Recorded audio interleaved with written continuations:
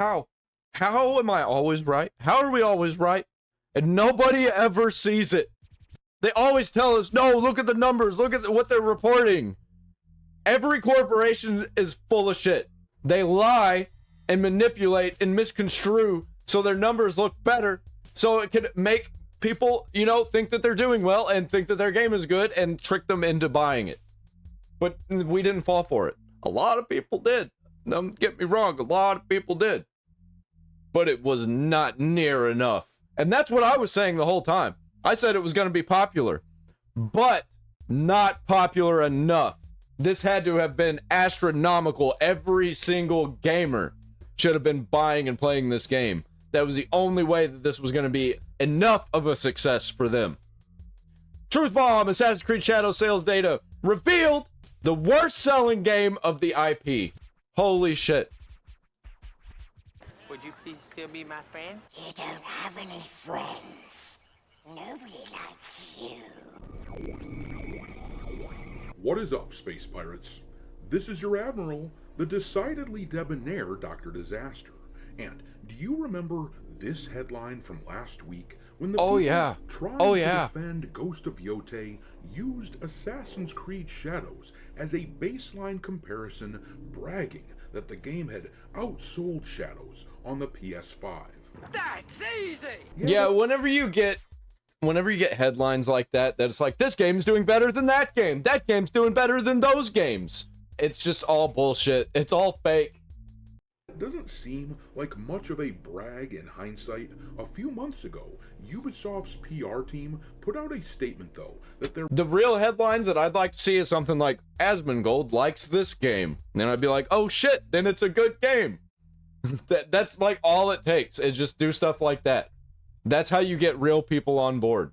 Budget for Assassin's Creed Shadows was over 100 million euros, implying that the number was somewhere in that ballpark, but estimates for the development of that game have it at somewhere around 250 to 300 million, so I suppose that this announcement here that they made is technically true, but it's clear PR spin. We know that Star Wars Outlaws accrued around $200 to $250 million in development costs, and there's no way that That's just development costs. That doesn't include their marketing cost.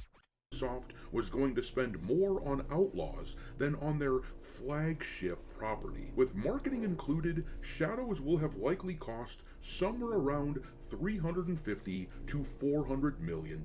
Yep. That's a spicy meatball! That context is really important for what we are about to talk about. The fact that they spent somewhere around $350 to $400 million on Shadows is why Ubisoft just parted ways with the franchise's creative director. It's why they publicly announced that they canceled the Civil War era game from the IP, which actually could have been pretty cool if they did it properly. Yeah, if they would have done that kind of game 10 years ago, it would have been crazy epic. But they would have fucked it up now, because they probably started doing research and was like, oh shit, this doesn't fit the narrative. Actually, it's the people that we like that were for slavery, and the people that we don't like were the ones trying to stop it. Properly. And it is why Ubisoft no longer has direct control over the Assassin's Creed franchise. Yeah, they sold it to China through a shell company. It is now housed under Vantage Studios, which Tencent has a large say in. Because here's the thing. Whereas Assassin's Creed Shadows has the largest budget in the IP's history, it is now provably the lowest selling of the last 5 Assassin's Creed games. So now I get to say my 3 favorite words. I told you. Yep. I told you. This data here. Yep. Also, like, dude, if you look back through their history, through their catalog from 1989 when they started to today, it's like they started slow, and they were, you know, releasing a bunch of small games, bunch of sports games, stuff like that. And then the 2000s hit, and then all of a sudden they were releasing like 20, 30 games, and out of those 20, 30 games, you get like 10 bangers, man, every single year. And then it kept getting crazier and crazier and crazier until about the time Xbox One came out, and then it started dwindling. You started seeing like they started releasing like 10 games a year and only like 4 or 5 were a banger. And then it gets to the point where they're releasing 4 a year and then only 1 or 2 is a banger. And now look where we are. They're releasing like 1 to 2 a year and they fucking fail. And like, how did we get to this point? Here that Alinea Analytics put out the other day in an attempt to protect Ghost of Yotei did not perform its intended task. Instead, it was pretty damning for Assassin's Creed Shadows. This post here on Reddit has been making the rounds on social media because it made an interesting observation. We now have hard numbers for Assassin's Creed Shadows after over half a year, and based on the information that they were foolish enough to provide, it indicates that this is the lowest selling game of the past 5 Assassin's Creed titles, despite its massive budget. If you want... I can tell by seeing the sentiment of it online. Assassin's Creed Valhalla, dude, I was seeing that game a lot. Like, I was seeing guides everywhere. I was seeing people talking about it, seeing people play it, seeing my friends play it. My friends were playing it. They were hating it. They were getting bored of it, but they were still playing it. And they just completely checked out on this one. Even my dumb friend that plays all of the shit games that you don't want people to be playing, he didn't even play this. Tangible evidence that going woke is bad for a video game, then here it is. There was arguably no higher profile game with more documented progressive woke shit plugged into it, and it pleases me to be able to announce that despite the popular feudal Japan setting that the game was placed in, Shadows apparently lost a large chunk, somewhere around half of the Assassin's Creed audience. In the immortal words of the legendary Willem Dafoe, kinda makes me feel like river dancing. Dude, what we should have got was like an Assassin's Creed 2, Assassin's Creed Brotherhood style game that was set in Japan. We should have got one of these 10 years ago when we were asking for it. But no! Nope, they didn't do that. alright me hearties, then just passed another milestone, meaning that you all know what question must be asked next. How many assholes we got on this ship anyhow? We now have 170,000 space pirate a-holes in this Buccaneer crew, and as is the custom on the channel, with every 1,000 subscribers I add a new ship to the fleet in order to house the new guys. This time, one of you recommended that we add the Mirage from the old show Silverhawks, which is zooming around here. If anyone else has suggestions for future ships, drop them into the comment section. It's such a cool idea. And keep in mind that I wish I had the patience to actually build something like that, but I do so much that I don't have the time or the patience. super chats get bumped to the top Maybe when I start really getting more subscribers, I'll be able to do stuff like that. of the list. And also, for your reference, I will be adding an alphabetical list of the ships already in the fleet to the description of this video. But in any case, thanks for being here, everyone, and I will continue to do my best to keep earning your viewership. Yes, Admiral! Surrounded by assholes. Anyhow, we're going to take a peek at this Reddit post which has been going around on social media. It says, Assassin's Creed Shadows is the lowest selling game of the last 5 Assassin's Creed games despite having the highest budget. I knew it was a flop, but I did not expect it to be such a disaster. For example, compared to Mirage, which sold 5 million in 3 months, Shadows sold 4 million in 6 months. And nobody even knows about Mirage. Like, nobody even knows that that game exists. I don't know anybody that even knows that it exists. The only reason I know it exists is because I just happened to see it when it was mentioned that, like, nobody knows that this exists. And yeah. Fewer copies in double the amount of time. Knowing that Mirage sold less than Valhalla, Odyssey, and Origins, what a real disaster. And there was no marketing for Mirage at all. There was way too much marketing for Shadows. And if you look here at this old article from Gaming Bolt, you can see the evidence which backs up this claim. This article here was published in January of 2024, and it tells us that Ubisoft sold around 5 million copies of Mirage at that time, which was about 3 months into the life cycle of Mirage, and it tells us that Mirage had comparable sales numbers to the likes of Assassin's Creed Origins and Odyssey. And then, despite them not pushing that game out, like, there was zero marketing. All I was seeing for marketing was, like, they were showing some trailers in some places. But I wasn't seeing it absolutely fucking everywhere on social media like I did with Shadows. Like, how much money did they spend? How much money did they send to reviewers to get this game reviewed and talked about and advertised about? to add insult to injury for Ubisoft, the article says here, Ubisoft made it abundantly clear in the lead up to Assassin's Creed Mirage's launch last year that it was designed from the get-go as a smaller, more contained experience, meant to serve as an appetizer of sorts between major tentpole releases for the franchise. Nonetheless, it looks like the game has enjoyed decent success regardless, if I don't even know anything about it. Never played it, never seen any gameplay of it, never saw anybody playing it.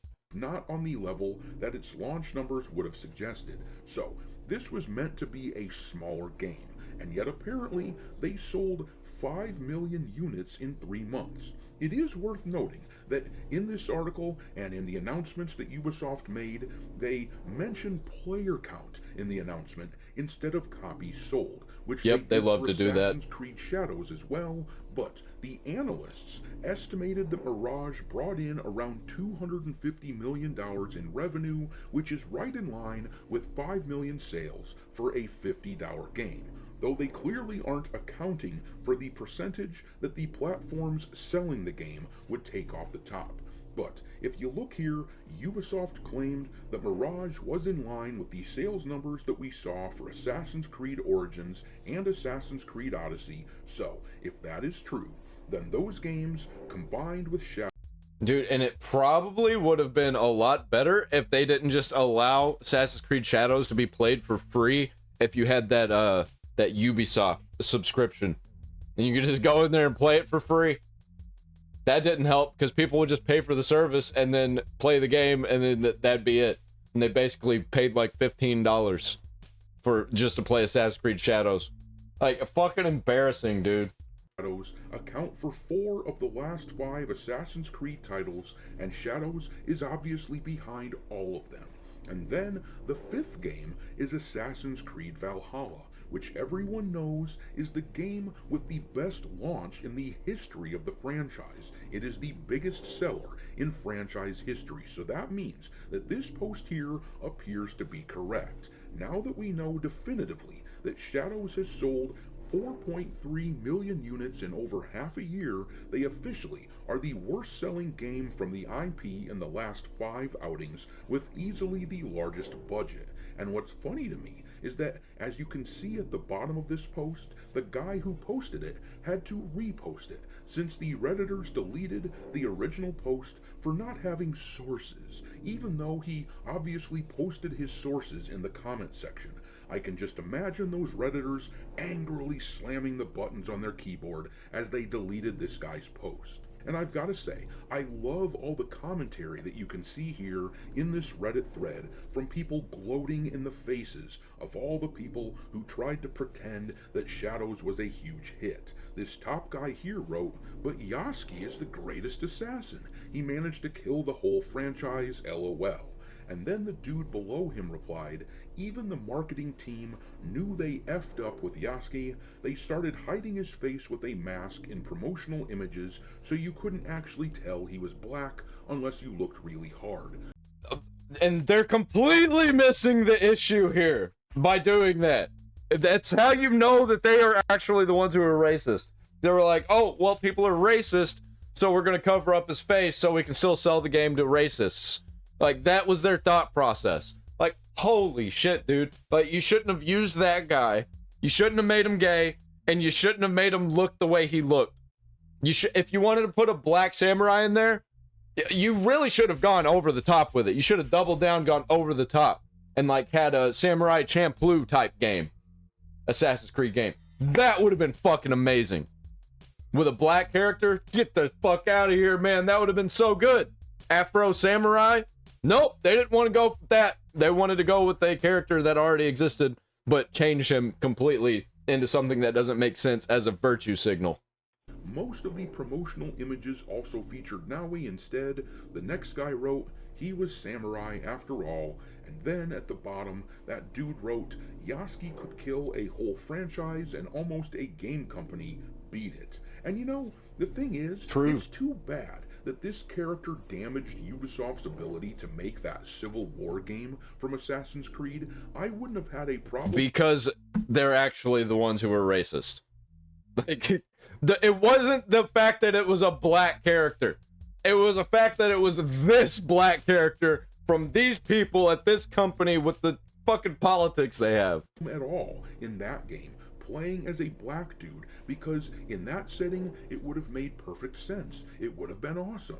But in Shadows, Yasuki was clearly meant to promote their liberal... Yep, and it didn't even have to make sense. But they were defending it so hard that it did make sense. It's a fucking video game, and it's fictional. It's historical fiction. Like, this shit didn't happen. And they were just like, oh, the historical accuracy, that like this guy actually existed. Check out this story that a guy just completely changed all the details of. Multicultural, hippie-trippy, kumbaya shit, to the point that we all said, to hell with it. But here are a few more posts which illustrate how most people seem to feel about this game.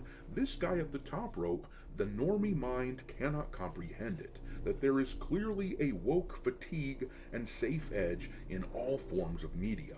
Everything is blurring together in terms of this cesspool of woke DEI. Yep, it's all the same ideas, all the same shit, all the same gameplay, all the same fucking graphics, because they use the same engine with all the same tools, all the same workarounds, and it's all corporate nonsense. Garbage, but they overplayed their hand and lost. No one cares about forced representation outside no-life journalists, all 30 of them.